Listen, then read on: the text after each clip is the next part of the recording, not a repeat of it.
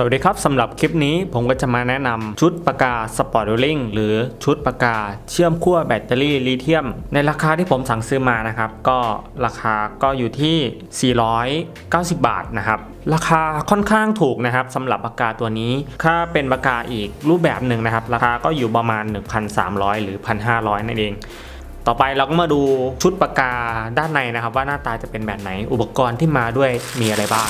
ตัวนี้ก็จะเป็นหน้าตาสายเชื่อมสปอร์ตโรลลิ่งหรือปากกาเชื่อมล้วนนิกเกิลสำหรับประกอบแบตเตอรี่อุปกรณ์ที่ได้มาก็จะมี4ชิ้นด้วยกันสายบวกลบนะครับ2เส้นชุดต้อนรับ2ตัวนะครับก็จะเป็น4ชิ้นก็มาดูว่าอุปกรณ์แต่ละตัวต่อใช้งานอย่างไรอย่างแรกนะครับตัวนี้ก็จะเป็นปลั๊กเหมือนสายตู้เชื่อมทั่วไปแต่ว่าลักษณะ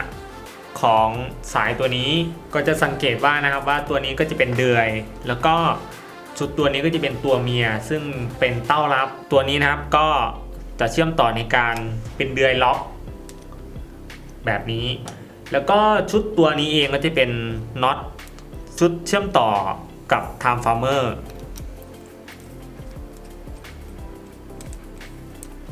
ในชุดนี้นะครับเราก็สามารถปรับตั้งค่าทองแดงสปอร์ตโรลลิ่งได้เลื่อนเข้าเลื่อนออกได้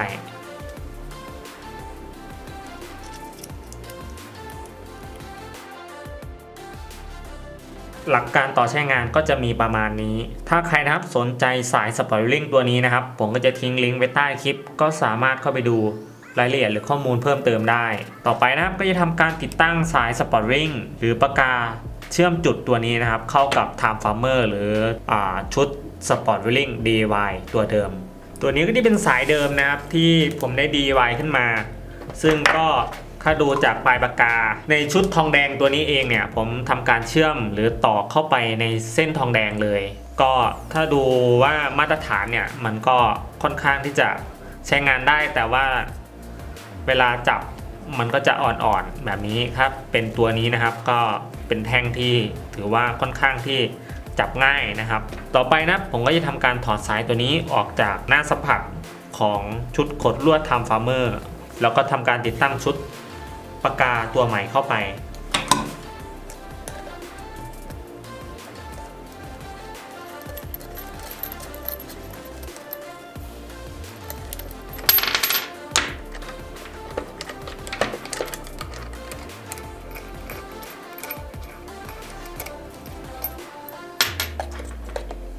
ตัวนี้ก็จะเป็นสายเดิมถอดออกนะครับ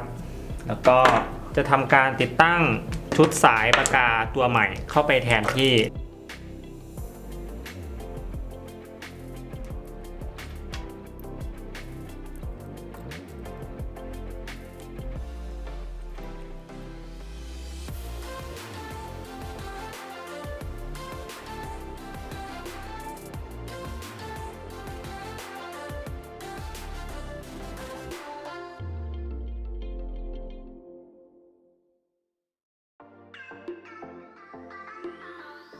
เราสามารถต่อเข้ากับขั้วไหนก็ได้นะครับเพราะว่าขั้วของหม้อแปลง transformer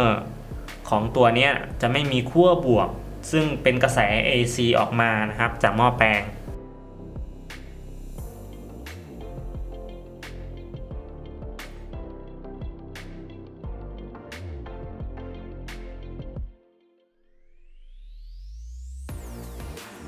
ตัวนี้ก็จะเป็นสายเดิมที่ทำการถอดออกมาหลังจากที่ทำการติดตั้งเสร็จเรียบร้อยต่อไปนะก็จะทำการทดลองสปอร์ตโรลลิ่งดูว่าปากกาเชื่อมตัวนี้เขาจะสามารถใช้งานได้ดีหรือไม่นะครับ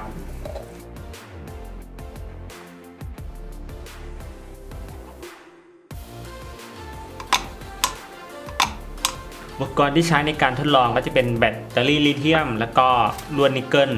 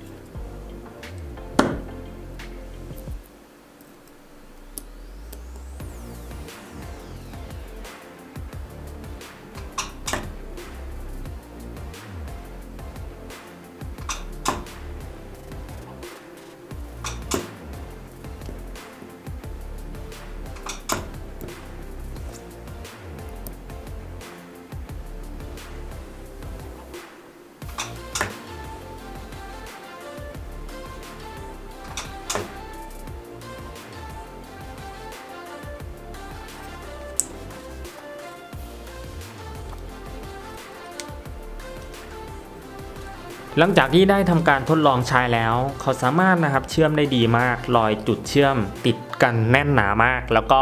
การหลอมละลายของลวดนิกเกิลก็ดีเนื่องจากสายตัวนี้สามารถนำกระแสได้ดีสรุปการทดลองนะครับสำหรับสายชุดเชื่อมสปอร์ตลิงตัวนี้ผมว่าคุ้มค่าราคาถูกแล้วก็สามารถใช้งานได้ง่ายถ้าใครนะครับสนใจอุปกรณ์ตัวนี้นะครับผมก็ทิ้งลิงก์ไว้ใต้คลิปก็สามารถเข้าไปดูรายละเอียดและข้อมูลเพิ่มเติมได้สำหรับคลิปทดลองก็มีเพียงเท่านี้เจอกันใหม่ในคลิปหน้าสวัสดีครับ